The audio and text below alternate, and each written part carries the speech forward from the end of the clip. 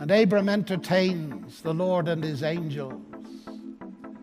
That is a wonderful thing, isn't it? To fellowship with God.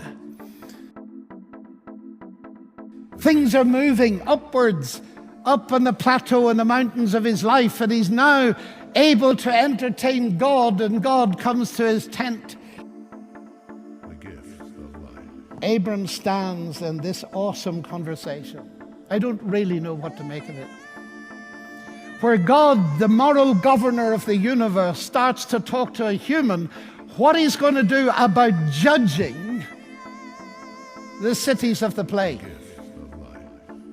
I mean, just imagine what this is, if we take it seriously.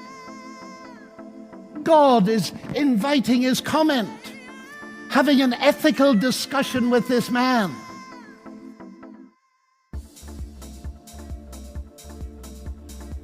God discussing, dealing with our planet, with a human. Is that just a little hint, ladies and gentlemen? I don't know. Abram's seed to rule the world. C.S. Lewis once said the New Testament rustles, all its leaves rustle with the expectation of eternity. There's something big going on here, and I just feel too small to really cope with it.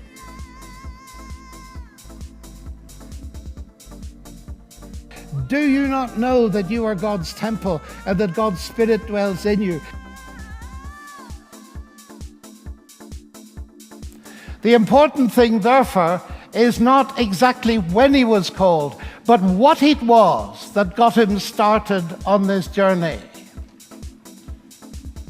Did Abraham go in blind faith? Or was there a reality behind the start of this journey? Because this, of course, is the first great follow me in history. And it seems to me the primary thing here is this: the God of glory appeared to our father Abraham. That is, it was a vision, an experience of God that impelled him to start this pilgrimage. It wasn't blind faith. It was the exact opposite of blind faith.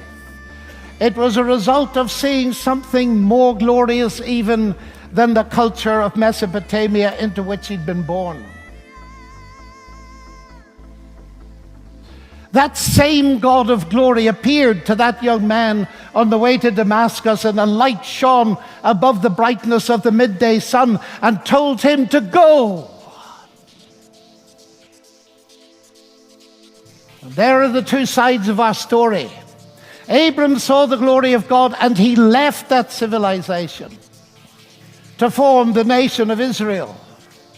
And now Paul, listening to Stephen and being affected and eventually encountering the risen Christ, sees the same glory, and it impels the mission, the result of which is that you and I are sitting here this morning. And the major message is clear, isn't it? If ever we're going to go, if ever we're going to go on a pilgrimage that influences the world, the one absolutely essential thing is that we see the glory of God.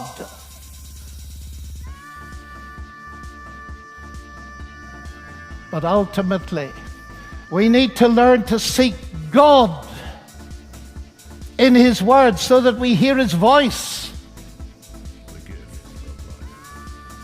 And then we're going to have something to say to the world.